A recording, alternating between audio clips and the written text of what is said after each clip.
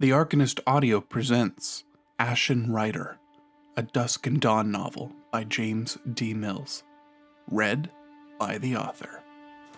For Eden, who ceaselessly challenges me to be the best man I can be.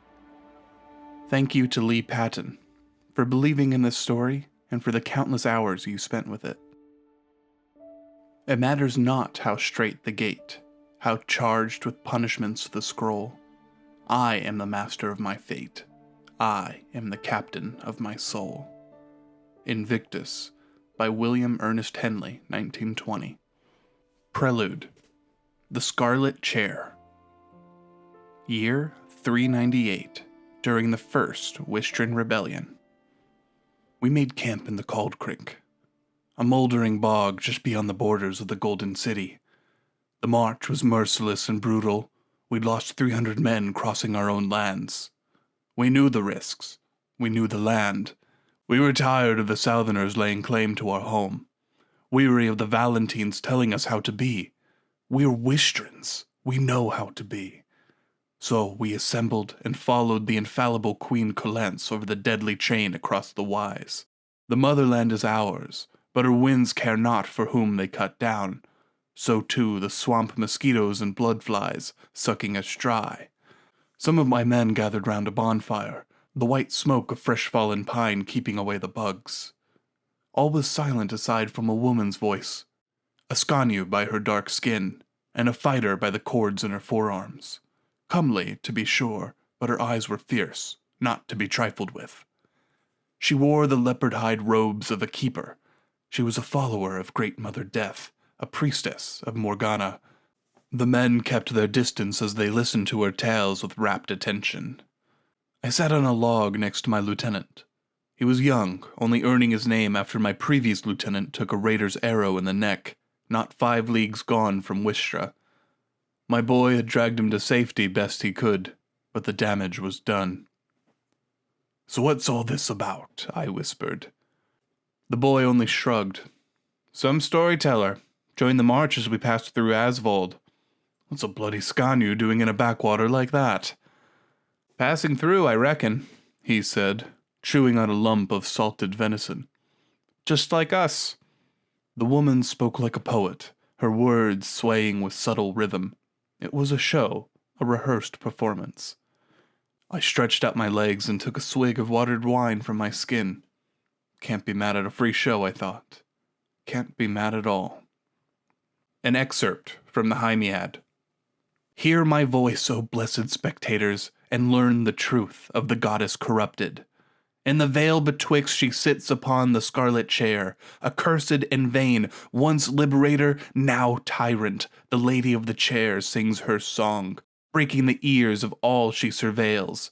The balance between life and death hast shifted, the world off kilter, souls like pebbles sent sprawling in the night. We are but ants amidst giants, grains of sand in vast oceans. Hear the tale of the dread angel, how she, in her infinite kindness, grew bitter and hateful towards her mortal children.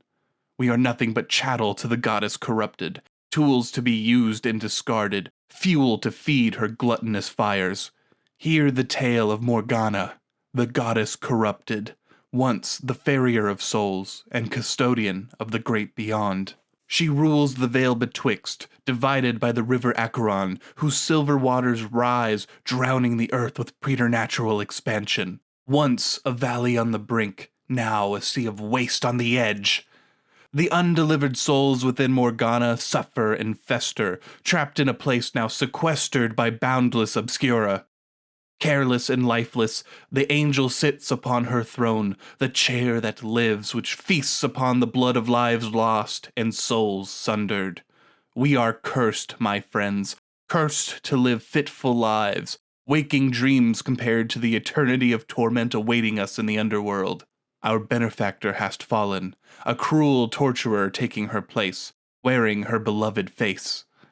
But how could this be? How hast the gods fallen, descended to pathetic sublimation? How hast Dusk, shepherd of the dead, keeper of souls, fallen so low?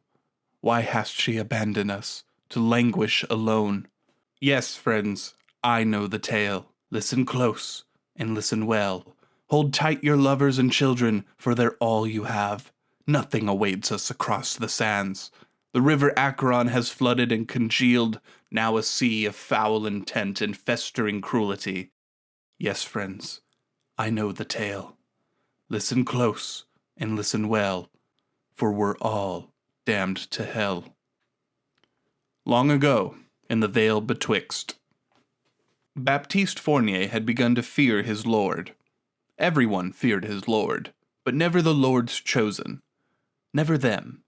For the centuries that Baptiste had spent serving the Lord's every whim, overseeing his every errand, Baptiste had known Lord Guillaume Sanguine to be a just and level-headed patron, a man worthy of his immortal station, and of the blood he tithed from his thankless subjects.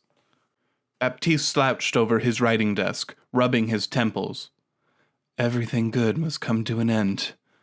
The philosophers loved this sentiment, but even as a self-styled philosopher, Baptiste spat in the face of impermanence. What makes a flower so beautiful? Its colors? Or the fact that the colors will soon fade? He once believed all colors were absolute if painted by a master. Now, he wondered if the only color standing the test of time was crimson. Blood. Gods, how Baptiste hated blood. The irony was not lost on him, just as the irony of his bittersweet relationship with philosophy was laid plain to him. Had Baptiste rejected Lord Sanguine's offer all those years ago, he might have died a proud man, an accomplished man. Instead, his high command had declined to the role of a lowly steward in service to a madman, driven wild by centuries of never being denied anything. The Lord began his reign over the county of Monrovia as a stoic, in control of his base desires and primal hungers. But the blood had poisoned him, just as it poisoned everything. A crow perched on the windowsill and squawked, then pecked at the clouded windows, looking out over a foreign, gray wasteland. Baptiste screamed and hollered at the wretched bird, scaring it back into the dark skies. He had thought living in the Silver Valley might have yielded some relief from the oppression of the mortal world. Instead, it only opened up avenues for the oppression of the immortal one. The Lord's chosen could walk by day, lit only by artificial sun and illusory sky, but this boon came at the cost of everything else. It's that damned throne, Baptiste reflected as he inked his quill, beginning to draft a letter he had put off for far too long. The chair changed him, I know it has. Fleeing the oppression of the sun, Lord Sanguine had led his chosen and his disciples to the vale betwixt, following the mouth of the river Acheron, where ancient myth foretold of a home for those bound to the night, an ancient throne fit for an undying king. They chanced upon the great keep, waiting unclaimed atop the highest peak overlooking the valley. It was built entirely of limestone and tall like the jagged peaks of the far north. Stained glass windows depicting angelic figures adorned the keep's gray walls. Back then, the long grasses surrounding the site were a vibrant fallow, and the rivers shone silver. Now, everything took on the sickly pallor of slate. How could such a place lie empty? Asked one of the chosen when they first explored the keep's expansive walls. Baptiste had known the answer. Rather, he thought he had known. The Lord was chosen to rule. This is fate. This place was built for us. And perhaps it was fate that had led them there. But the keep had been built for a purpose beyond his comprehension. A cruel, unforeseen machination led Lord Sanguine to the throne room, where he may lay eyes upon a patinaed chair, with a glowing ruby embedded in its backrest. That chair became the Lord's singular obsession every day hence. The Lord named it the Scarlet Chair, not for its physical features, but for the invigoration it seemed to inject into him each time he enjoyed its cushionless seat. Gone were the days of blood tithes. The Lord had his sustenance forevermore. If only such things were so simple, Baptiste should have known better. The fact he failed to detect and dispel such a blatant curse served ill omen to the consequences of his blind admiration for a fallible, imperfect man. Immortal or no, the Lord was only a man. Baptiste had failed his Lord, and was now reduced to sprawling out on his desk, screaming obscenities at birds through the window. "Dear honored friend," his letter began, He offered no other salutation, nor possessed any hope of it being delivered. Baptiste gambled on the possibility that simply putting his thoughts onto the page might conjure the result he was after. I write to you because the balance has been broken. I see it now. My misguided nature, my misplaced faith in a false idol. I plead for your forgiveness, to return to us our natural fates and restore all that we've pillaged. Not a letter in truth, but a prayer. When he finished writing, he burned the parchment in the fireplace. As the last corner smoldered, storm clouds gathered over the keep, and mist rolled through the grounds. Rain drummed on the roof, and Baptiste realized his prayer had been answered. What have I done? An excerpt from the Hymiad. No one knows who forged the Scarlet Chair. Likewise, no one could see the veins plunging into the ground, sweeping across the battered valley wherein runs the river Acheron. Pulsing invisibly, near inaudibly, the chair siphons the soul's blood from all within its reach. Hear my voice, O blessed spectators. Know that the ancients wept the day Sanguine discovered his throne's crimson allure. Lo, the gods were powerless to resist his desire, and likewise the strength the world's blood afforded him. They could not intrude upon his demesne, not lest they be invited.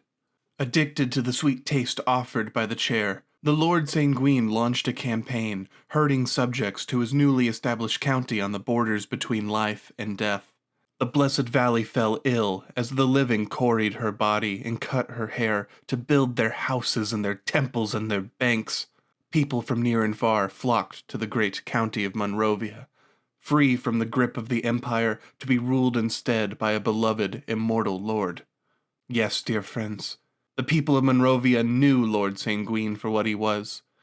He did not hide his nature, but had promised an end to the wretched blood tithes of generations past. For no one understood that they paid a far steeper price by living within the Scarlet Chair's influence. All was well for a time. The people were fed and wealthy, comfortable and content, until the time came when the gluttonous lord was not. Long ago, in the vale betwixt, lightning flashed, thunder clapped. The valley's soil congealed into mud. Baptiste watched the flames in the fireplace dwindle, reflecting on all that had gone so horribly wrong. 352 years he had served the good Lord Sanguine. 352 years since Baptiste had imbibed the blood of his progenitor. The people in the Old Kingdom were happy, wary of the blood tithe, as they should have been, but content with the Lord's rule. They trusted in the stability of a ruler who could never falter, never to be replaced by a tyrannical son, nor ousted by nefarious factions. Yet Sanguine's court had left the Old Kingdom in an act of hubris. The Old Kingdom was good, secure, and fair. Monrovia had started that way too, but slowly the Lord fragmented before Baptiste's very eyes. And the day his worldview upended was forever burned in Baptiste's memory, the day he recognized the Scarlet Chair for the curse that it was. On that wretched day, Baptiste finally realized the fallibility of the infallible, the impermanence of the immortal, a simple act, a declaration in court, nothing sickening nor dramatic, but thoughtless in a way completely out of character for the good Lord. A young woman pleaded divorce from her drunken husband, begged the Lord to revoke the father's parental rights to their children. Baptiste watched the Lord's empty expression as the woman passionately presented her case, pondered the Lord's unhearing ears as she described the manner of monster she was bound to. With a flick of the wrist, Lord Sanguine decreed the man be sentenced to a life of servitude in the quarry, and that the children become the wards of a banker. He then sent the poor woman away, sentencing her to a life of isolation without a second thought. Quietly, only after the court was vacant, Baptiste had leaned in and whispered, "My lord, was it necessary to strip the woman of her scions? Surely she is still fit." The Lord backhanded him without another word, and that was that. Cracks appeared in the shell and threatened to burst apart. Things only grew worse. The Lord acted erratically, screaming at servants and advisers alike, muttering incomprehensibly under his breath when he thought no one was watching. He took pleasure in imparting brutal sentences for minor crimes. That was when executions became a weekly affair, and then a daily one. Soon, though Baptiste was unsure if it was the chair's doing, a plague ravaged the people of Monrovia, consuming the masses with waves of living necrosis and entropy carried on the backs of rats. An angel manifested in his study, draping his entire height with an eldritch shadow. Baptiste fell to his knees before the goddess he had forsaken in his pursuit of power, his hubris. He wept shamefully, pressing his unworthy cheeks to the cold floor. "Please, Great Mother, cleanse this place of the corruption we've sown. We have rebuked you too long. Please, my people are suffering." Where he expected wrath, Baptiste felt only warmth, acceptance. He looked up, beheld a face throne of perfect porcelain, eyes etched of impossible obsidian. The angel wore blackened iron armor, pitted and notched with age, and too heavy for a mortal to wear practically. Her raven's wings folded around them in a tender embrace. "She is here. Dusk has answered my prayer. We are saved." "You invited me into your house," said she with the myriad voices of a gentle chorus. "Will you accept me again in your heart?" "Yes, of course. Anything to put an end to this madness." "Look into my eyes." A sourceless gust invaded the room, ousting the meager fire. "Swear to me you will forsake your bloodlust and adopt again the natural cycle." Baptiste had grown tired of his unending life, his restless eternity. Unceasing hunger plagued him, insatiable desire ruled him. That, and more, had been the price of his power. Part of him remained reluctant to embrace the Great Mother Death, even after stealing so much time beyond his natural end. "When the Lord falls, so do we all. I've summoned death upon my kin. I swear, Great Mother," Baptiste said, venturing to gaze upon those unknowable eyes. "I forsake Sanguine's gift. I will return to you when next you call." An excerpt from the Hymiad. Dusk answered the pleading call of Sanguine's betrayer. Invited into the one house for which she held no key, the Great Mother Death melted into the walls, seeking the heart of corruption, poisoning the Silver Valley. See, O blessed spectators, the goddess was blinded by divine wrath, consumed by a vengeance she dreamed of enacting upon the only one who succeeded at desecrating her holy domain. Before Sanguine dammed the river Acheron, Dusk ferried lost souls to their final rest. Since his accursed occupation, alternate and treacherous routes had been laid to maintain the cycle. Whether the Lord Sanguine meant to or no, he had disrupted the natural order with his undying presence, and in his ignorance he unleashed pestilence upon the people he once loved. For these crimes, the Great Mother Death descended upon him in the night, towering over the Lord cowering behind his beloved throne. "Relinquish your perversion and no mercy," decreed the goddess. The Lord Sanguine did not answer. He was powerless to the will of his seat. Dusk drew her ebon blade, ablaze with holy flames, poised to strike him down in his obstinance, poised to reclaim his foul soul. Her intent to scour the vampire from reality, unbeknownst to the goddess, was folly, for the chair had already laid claim upon the Lord Sanguine, had already devoured his soul. Long ago, in the vale betwixt, Baptiste watched the goddess slay his patron from the shadows cast by the light of her holy longsword. He watched with tears in his eyes as the man he had so admired fell at last in the wake of his own conceit. "This is of your own making, my friend. We never should have cheated death." The Lord Sanguine did not resist as the goddess plunged her blade, simmering into his gut. The mad, aloof expression on his face did not falter, nor did he seem to recognize what had just happened to him. With the brutality of an enraged berserker, Dusk kicked Sanguine to the floor. The once great lord slumped unceremoniously at the foot of the Scarlet Chair. By all accounts of his condition, Baptiste knew that the death of his progenitor should mean his death, and that of all the vampires Sanguine had sired. But death had once again eluded Baptiste Fournier. Baptiste looked at his tremulous hands, searching for any sign of discomfort or pain. He found nothing of the sort. When he gazed again upon the angel, he saw she was as dismayed as he. He had never witnessed a sight more disturbing. "Gods in hell and up above, what the fuck is happening?" Dusk staggered back as Sanguine's corpse suddenly ignited, reduced to naught but a pile of ash in an instant. A pulse-like heartbeat resounded through the ground. The walls shuddered and the windows swayed. Dusk reached out to the ashes for the soul that had somehow escaped her grasp. "No!" Baptiste cried, but he was too late. The goddess had laid her hand upon the Scarlet Chair.